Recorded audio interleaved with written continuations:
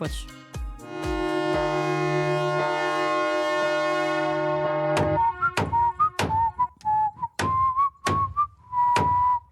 Le coup de marteau. Pascal Pointu, notre chroniqueur toxien, policier à la retraite, ancien vice-président du mouvement de la ruralité. Et justement, c'est avec vous, Pascal Pointu, qu'on garde une fois par semaine ce lien avec la ruralité. De quoi vous nous parlez aujourd'hui? Bonjour Clémence, tout d'abord. Je vais vous parler, je vais faire un retour sur la colère paysanne, et malheureusement, tous les espoirs qui étaient mis dans cette colère viennent de retomber. On se rend compte, si vous voulez, qu'après Attal Dalida, les paroles, les actes ne suivent pas. Pourquoi les actes ne suivent pas? Parce que nous avons une soumission à l'Union européenne, une totale soumission à l'Union européenne qui fait que la France n'a plus sa place pour parler haut et fort comme elle le faisait sous le général de Gaulle, comme elle l'incarnait lorsqu'elle était une grande nation en termes d'exportation et de travail agricole. Et là, malheureusement, la FNSEA a torpillé ce mouvement. Il faut savoir quand même que Emmanuel Macron, jeune trader chez Rothschild, gérer le portefeuille de la holding Avril, dont le président du conseil d'administration n'est autre que M. Rousseau, le président de la FNSEA. Donc on se retrouve, si vous voulez, avec des dés qui étaient pipés d'avance, puisque M. Macron, avec M. Rousseau et ses prédécesseurs, avait déjà depuis longtemps anticipé la soumission à l'Europe, et on se retrouvait, si vous voulez, avec une agriculture qui ne représente plus grand-chose pour les Français.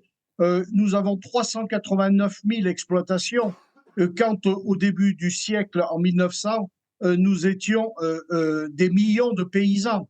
Et le mot paysan, au fur et à mesure, a été dilué, dissous, et on se retrouve aujourd'hui avec deux interrogations. Où allons-nous aller?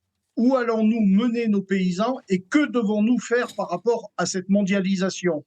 Sachant qu'en 1980, entre 1980 et 1994, il y avait 2 traités de libre-échange pour le monde entier signés par an. 2 traités de libre-échange entre 1980 et 1994. Ouais. En 2011, nous en sommes à plus de 300.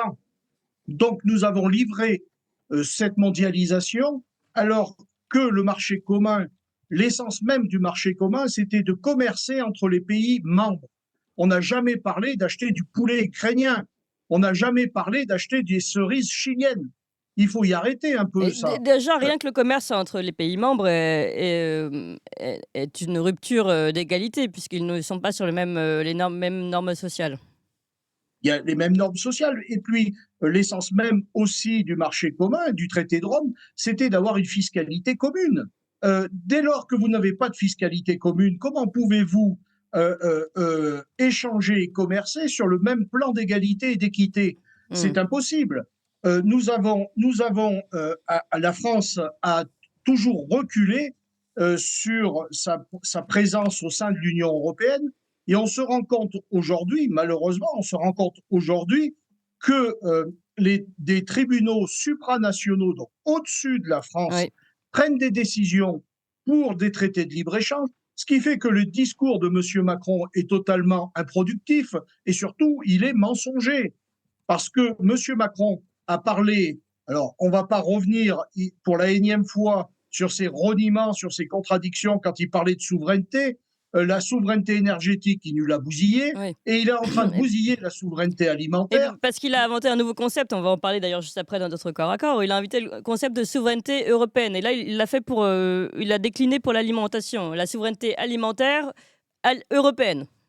Non mais ça n'existe pas, une souveraineté, ça peut être... Oui, mais ça peut être que national, une souveraineté. On parle quand même de droit quand il dit qu'il faut inscrire dans la loi la souveraineté alimentaire. Elle l'est déjà inscrite dans la loi.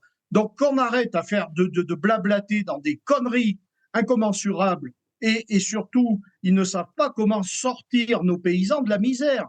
Parce que là, à l'heure actuelle, quand vous voyez le discours de la coordination rurale et des gens qui sont extrêmement posés, qui ont un regard réel sur le pan de notre agriculture, et que vous avez derrière la FNSEA qui écrit à M. Darmanin pour virer les agriculteurs de la coordination rurale Et de oui, Rungis, oui. je me demande où est le profit de ces pseudo-paysans qui se réclament. Alors moi, je ne parle pas Alors, des paysans d'en oui, bas, hein, je oui, parle de la tête, hein, de la FNSEA. Hein. on a Et bien quand on compris. voit quand on voit que malheureusement les chambres d'agriculture ne font pas grand-chose si on va plus loin pour essayer de vendre notre modèle paysan. Moi, je les vois pas beaucoup, moi, nos chambres d'agriculture prôner un patriotisme agricole, prôner une indépendance alimentaire pour la France. Je les vois pas beaucoup, nos chambres d'agriculture, faire des actions pour défendre notre monde paysan. Ça serait peut-être là qu'il faudrait commencer. Ça serait, au lieu d'avoir des places au chaud et d'être tranquille après avoir été élu comme le sont les cadres FNSEA, il faudrait peut-être d'abord qu'ils Oui. pensent à se battre pour la base. Pascal Pointu, le message est passé. Je vous propose, je vous ai pris un petit peu en retard, je vous propose de vous reprendre vers 8h35, pardon, si vous êtes disponible. On Pas de continue d'en souci. parler.